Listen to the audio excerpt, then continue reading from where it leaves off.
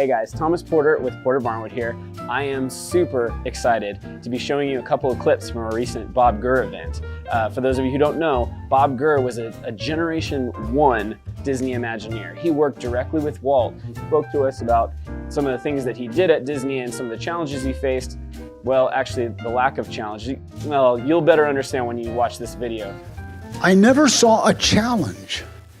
I get this question all the time. People imply, if you look at Webster's or any of their dictionary, they have different descriptions of challenge. The purest challenge is you're being challenged to a duel. Who's going to kill the other guy first? And that was the first thing, because you are challenged.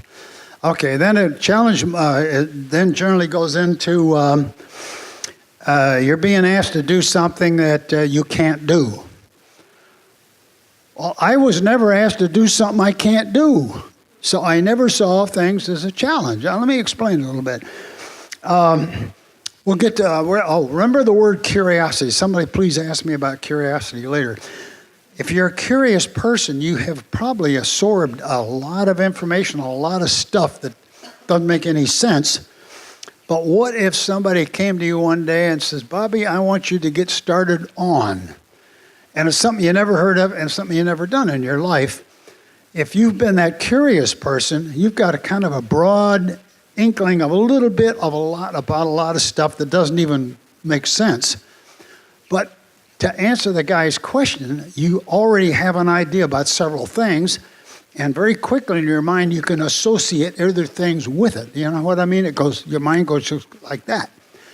So it was never what I'd call a challenge. It was like, oh boy, there's several ways we could do this. So if there was a challenge, if it was like, oh, I got 3, 4, 5 ideas, kind of bubbling around there a little bit. Which one do I think might go the furthest, fastest, easiest? And I'll pick that one. Well, we started in that way and that doesn't quite work. Well, I got 2, 3 more that might work. So it's that kind of a mental thing that goes very, very quick when somebody's asking you to do something, particularly if you've never done it. Now, in the case of Walt and Disneyland, stop and think a minute. There's never been a Disneyland.